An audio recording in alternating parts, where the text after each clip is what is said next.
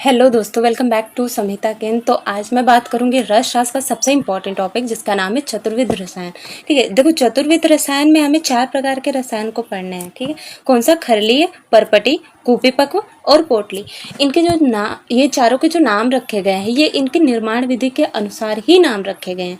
जैसे किस तरीके से ये निर्माण होते हैं, ये उसके बेस पे रखा है। जैसे कि खल्व यंत्र में खरलीय रसायन निर्माण होता है, तो उसको खरलीय रसायन नाम दे दिया है। उसी तरीके से परपटी, कुपीपक्व और पोटली रसायन का भी नाम दिया गया है। देखो यहाँ पे जो टेम्परेचर है, इसमें बहुत ज़्यादा इंपॉर्टेंट रोल प्ले करता है। जैसे खरलीय रसायन है तो इजीली वो रूम टेम्परेचर पे उसको हम निर्माण कर सकते हैं।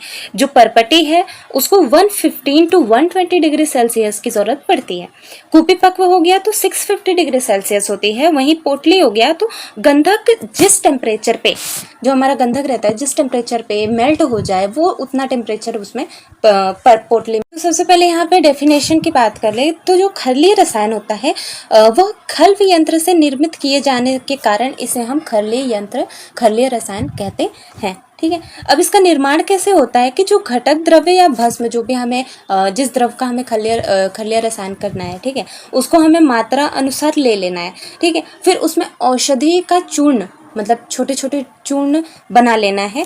फिर उसमें भावना द्रव्य मिला के खल्व यंत्र में हमें मर्दन करना है। मर्दन करने के बाद फिर इसको एक गोली यानी कि पिस्टी के समान बना लेना है, और फिर उसको हमें क्या करना है, एक कांच के कंटेनर में रख देना है, जिससे वो क्या करेगा, वह सेफ रहेगा। ठीक है, तो सबसे पहले हमने क्या लिया, मतलब कि द्रव्य लिया। ठीक है, द्रव्य भस्म मात्रा के अनुसार लिया, औषधि चूर्ण लिया। ठीक है, उसको भावना द्रव्य देख के खल्व यंत्र में हमने मर्दन किया। मर्दन करने के बाद हमने क्या बनाया, उसकी छोटी छोटी गोली पिस्टी बना लिया।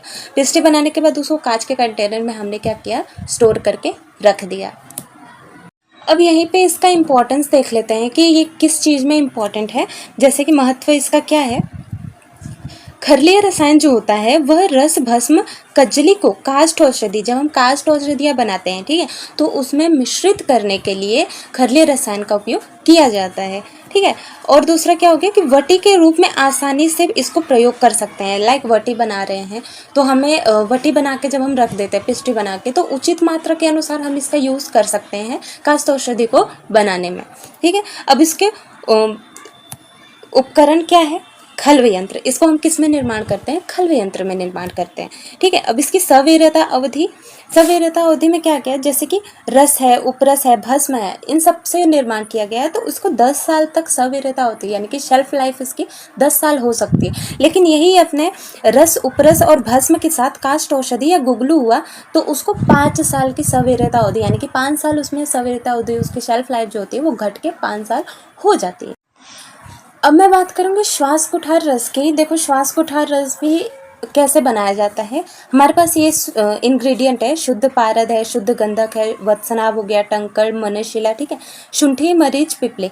इन सबको सिर्फ मरीच को 36 ग्राम लेना है, बाकी सब 4 ग्राम में चल जाएगा। ठीक है, तो इन द्रव्यों को मिला के इन सबको एक एक रत्ती यानी छोटी छोटी गोलियां बना लेनी है। गोलियां बनाने के बाद क्या होगा, आपको उसको कांच के कंटेनर में स्टोर करके रख देना है। ठीक है, अब इसमें मात्रा क्या, हमें जैसे कि हमें यूज़ करना है तो हम 1 से 2 रत्ती ले सकते हैं।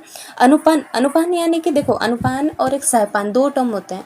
अनुपान यानी कि पश्चात, अनु मतलब पश्चात होता है, पान मतलब जो हम पीते हैं, तो अनुपान पश्चात, औषध के पश्चात जो हम पीते हैं उसे हम अनुपान कहते हैं। और सहपान यानी कि औषध के साथ जब हम पीते हैं उसे हम सहपान कहते हैं। तो शहद हमारा अनुपान हुआ, और उपयोग क्या हो गया, कास, श्वास, वातज और कफज रोग में इसका यूज़ किया जाता है। तो आज के लिए बस इतना ही, तो मिलते हैं नेक्स्ट रसायन में।